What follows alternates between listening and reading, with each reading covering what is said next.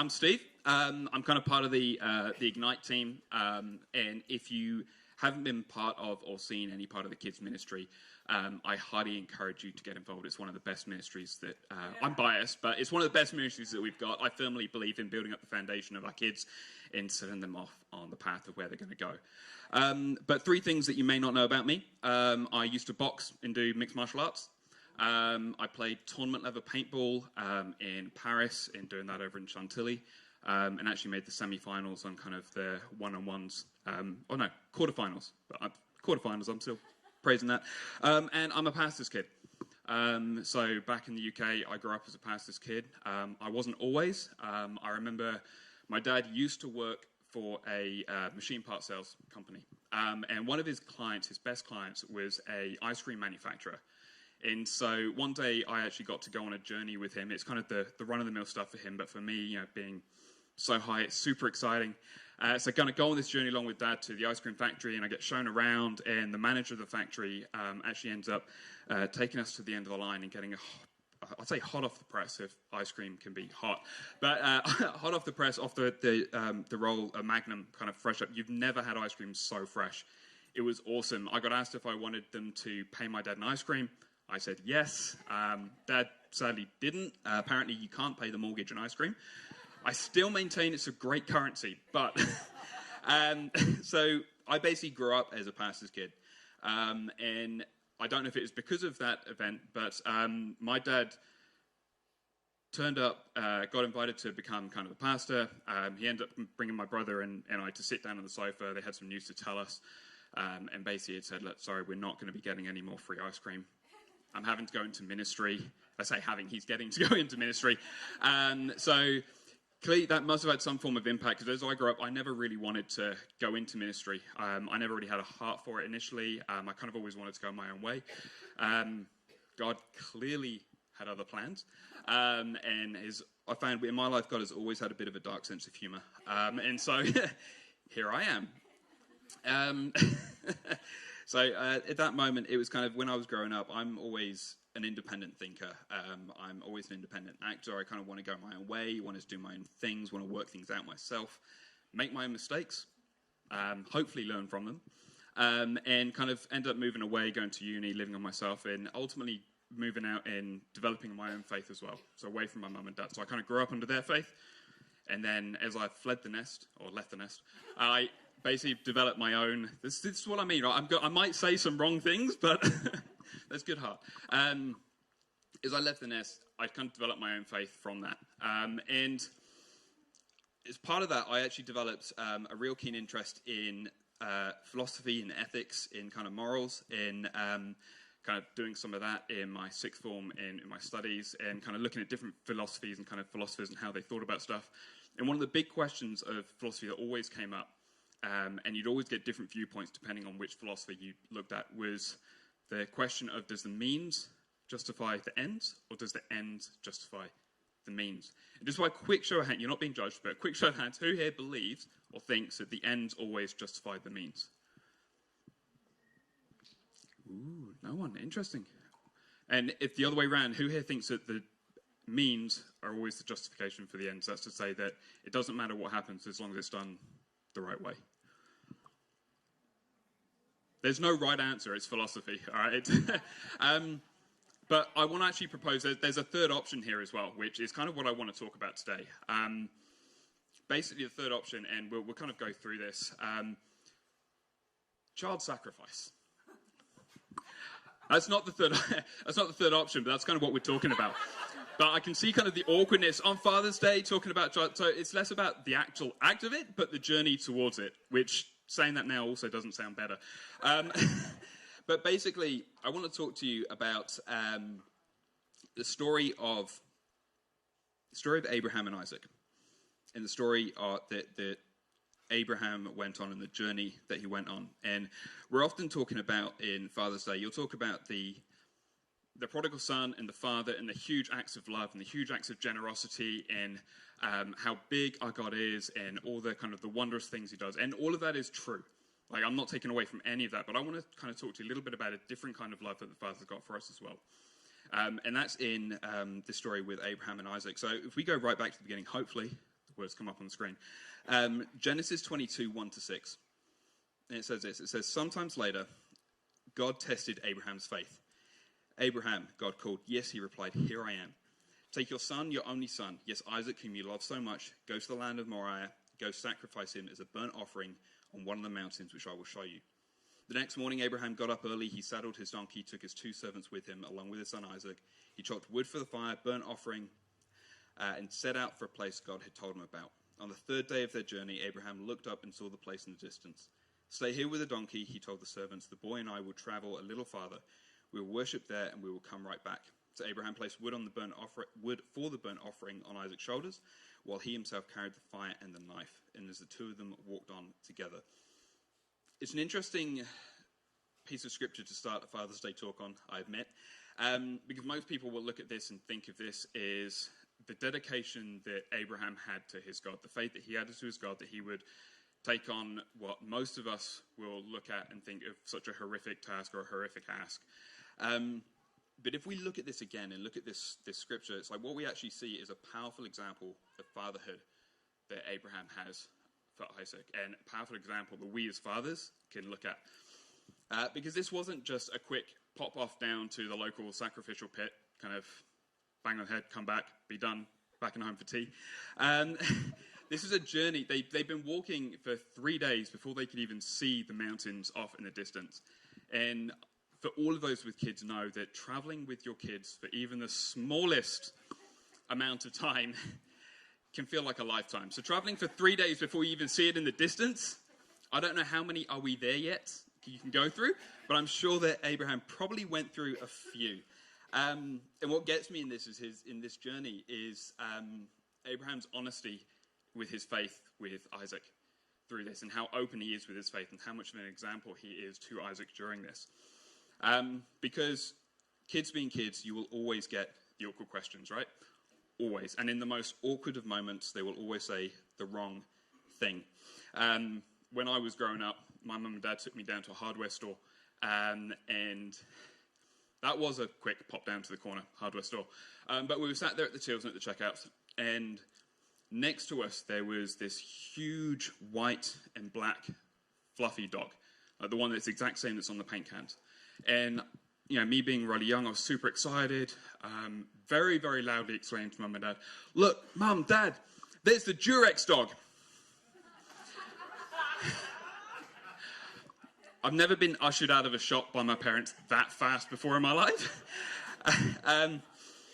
They'll always ask the awkward questions, and you can imagine that Abe probably got a fair few awkward questions from Isaac, and we only get to see one of those in this piece of scripture, but it's you can imagine they're walking along, they're trudging along, he's tired, he's stressed, he's probably a little bit kind of angry, upset, doesn't really know what's going on, but you've got Isaac going there, so Dad, yeah, we're making a sacrifice, right?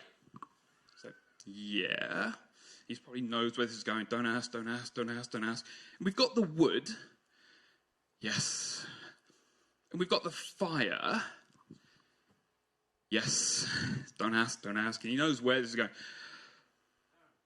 So where's the sacrifice? And you can it's like that moment, everything just kind of clenches up. It's like, oh, how do I ask this? And in this is the perfect example where we've got Abraham here really showing his faith and his hope in his God, because as parents we get those awkward questions, we don't quite know how to ask, and we don't quite know how to answer, and we want to be honest, and we kind of want to show the right way. And even when we're stressed in the worst moments, when we just kind of want to tell the kids to sit down, shut up, go over there, let me do my thing, but instead, actually what Abe responds with is this: he shares with his faith and his hope, God himself will provide. Even in probably one of the toughest moments that Abraham's going, he's still able to show his faith and his hope to his kids when he's going through this. Because the importance of this is the fact that the kids are always watching. They're like, it doesn't matter what you tell them, they're always watching. They're like Roz from Monsters, Inc. It's like, always watching, Mike Wazowski. They're always watching. Especially when they fall down, when they hurt themselves, what do? They look up to see how their parents react first before they react. And we have this all the time. I mean, it's one of the things that me and Mary with Mia and with our girls is when they fall down, it's we had to train ourselves not to react to how they felt and how they hurt themselves, to help them understand how to react when they fall down and when they hurt themselves and when it's okay and when things might be a little bit more serious and we need to take them to hospital. Because that's happened a fair few times. Kids are sponges. It's scary how much they absorb and how much they see just by watching us as parents and how we act. And so what Abraham shows us here as actually I get to do this, is a... It's Father's Day. She can pick it up for me.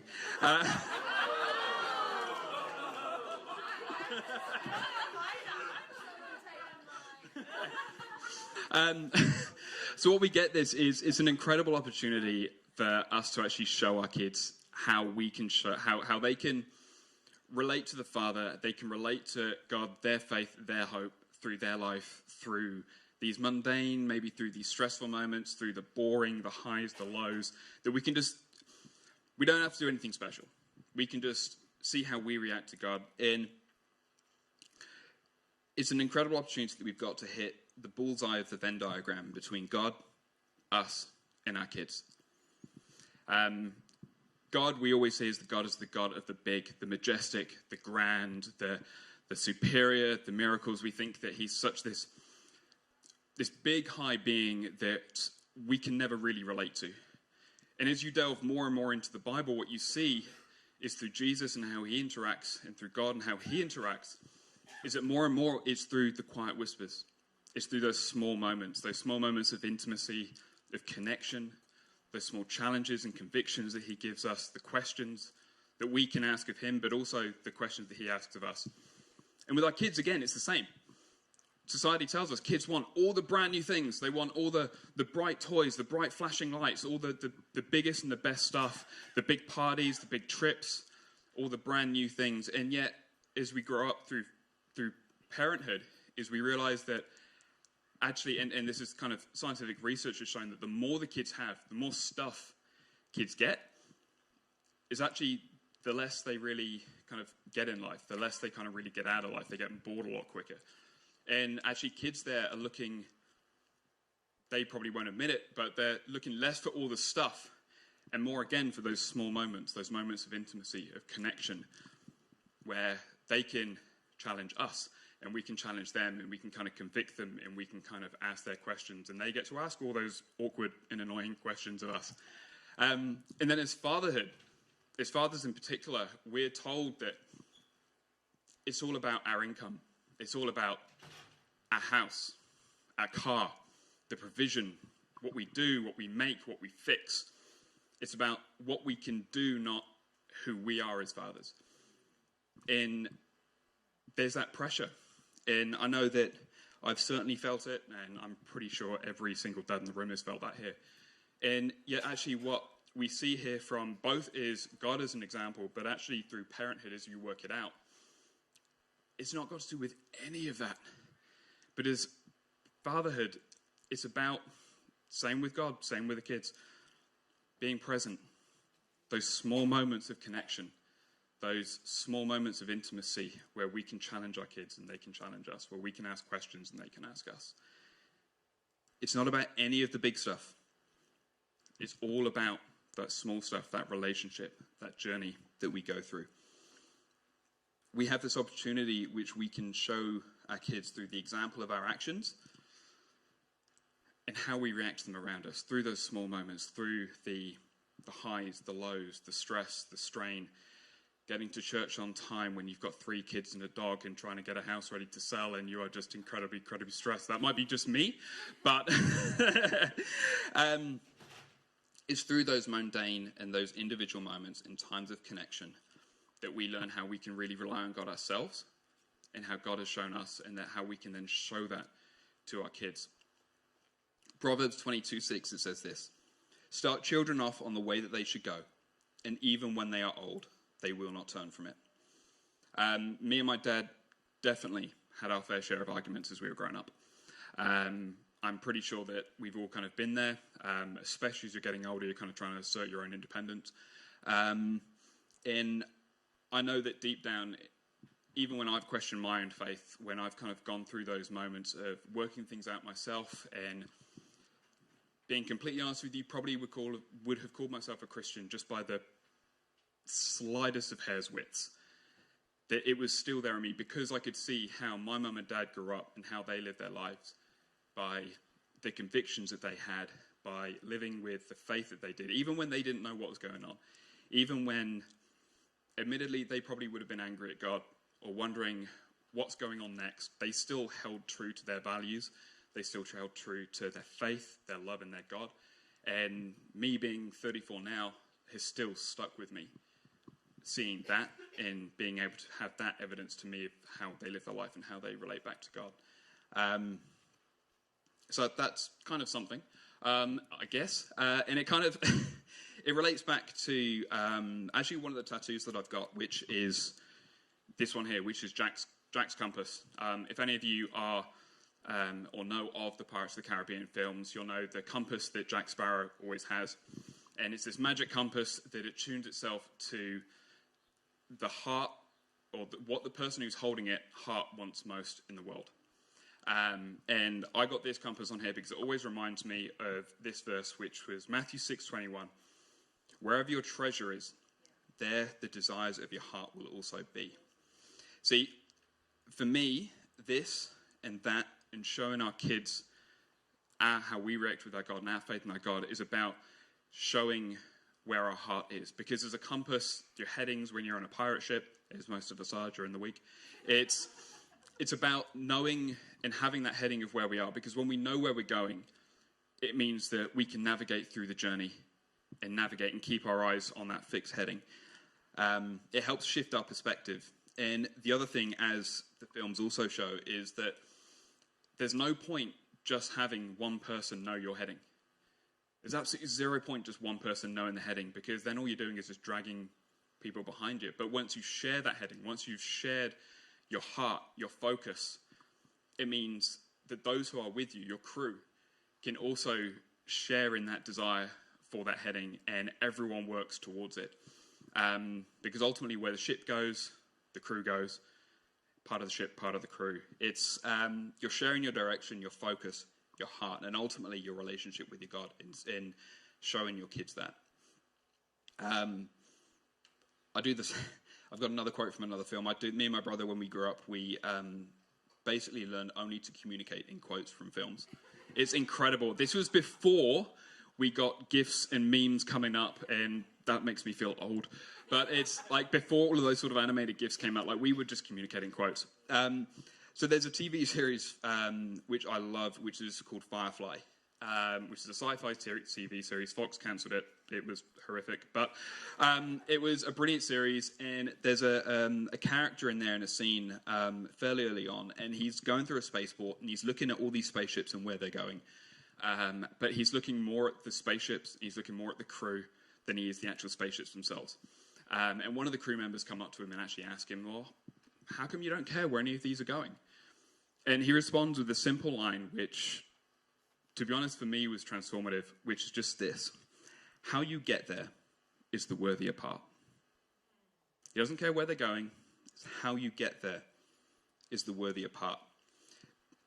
And funnily enough, I've got that actually on my tattoo as well. It's something that's always reminded me that in these journeys that we have with God, it's not necessarily the destination, but it's how we get there that's going to be the worthier part. See, God isn't the God of finale. He's not necessarily the God of the pizzazz, of the wow, of the flash, of just getting things done. Because to be honest, like I'll dare say if he was, at the foot of the cross, there wouldn't really be much more point in heaven and earth around. He might as well have just kind of carried on with heaven and all of that jazz. He wants the relationship.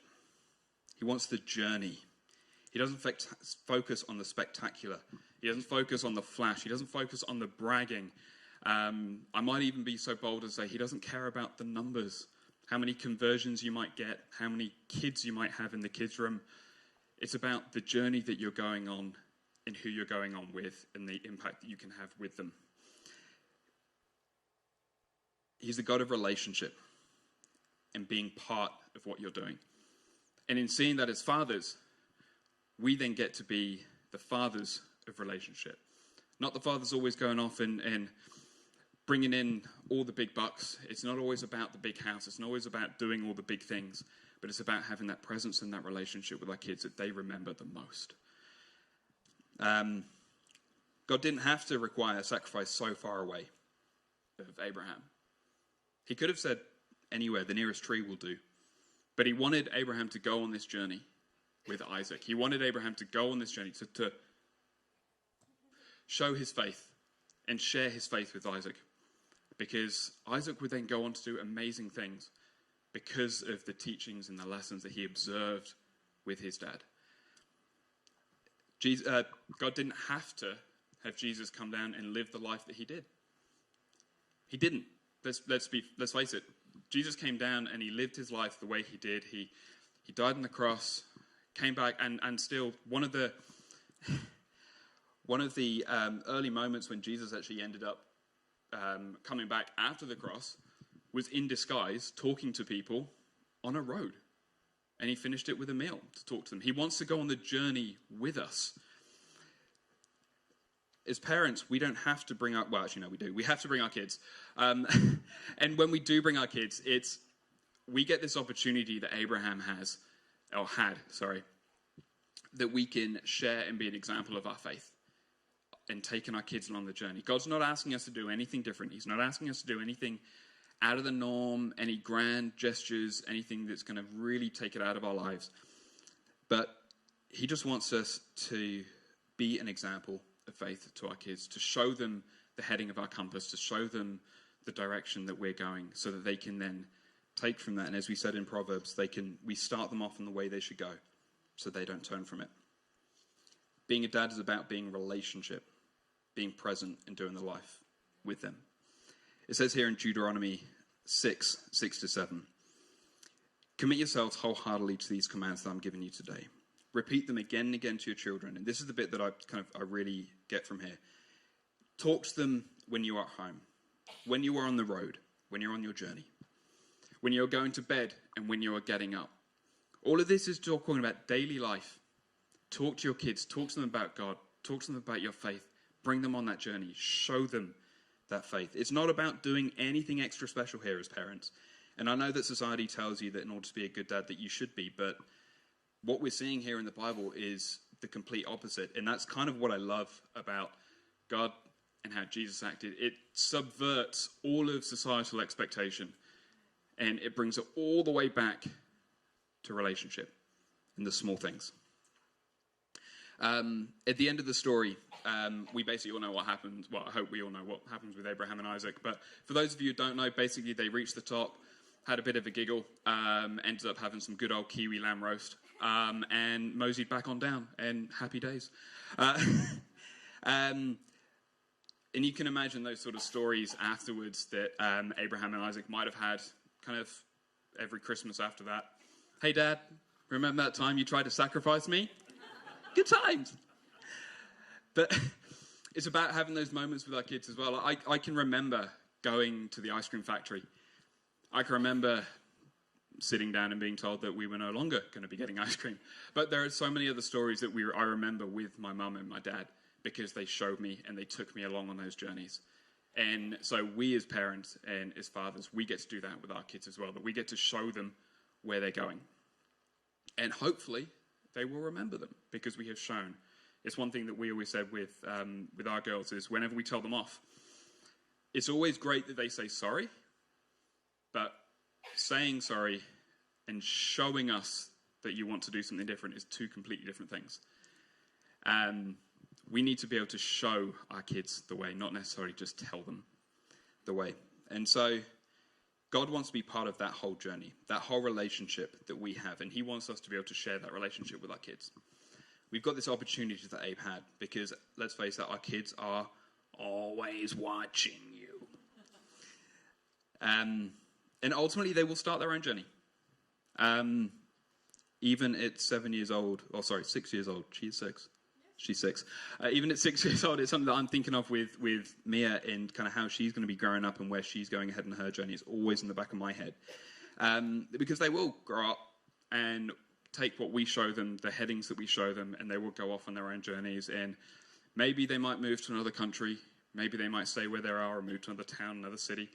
I'm not saying they're going to go off and generate a whole brand new 12 tribes of wherever they are and kind of a whole brand new God's special kingdom. But what you will do is when we show them the way like Abe did, we can help attune their compass and their heart to focus in the right direction. We let them know what really is the worthier part. We start them off in the right way that they should go. We raise them up to be great people of faith. And here's the kicker. We can do all of this as parents without needing to do anything extra special. We're just living our lives and we're just showing them how we're doing it. And I think that's the weird thing that a lot of us try to wrap our heads around, is that we can make it super complex and we can make it so difficult to try and achieve, when actually at the very root of it all, we don't need to do anything different. We just need to show them how we react to God and show them who God is. God does the rest. It was something that we prayed about this morning, and we act in the natural, and it's God who then brings that and brings it into the supernatural. We just need to bring the natural. God does the rest. We stand on the shoulders of those who came before us, so that we may allow those who come afterwards to stand on ours. At the end of this talk, we asked at the very beginning kind of that big theological question of just, does the end justify the means, or does the means justify the ends? Well, we had that third option, which isn't child sacrifice. I just want to clarify that now. It's the third option that we've got is simply this: the end is the means. It makes it real simple, saying the journey is the destination. And God very much wants to be part of all of that.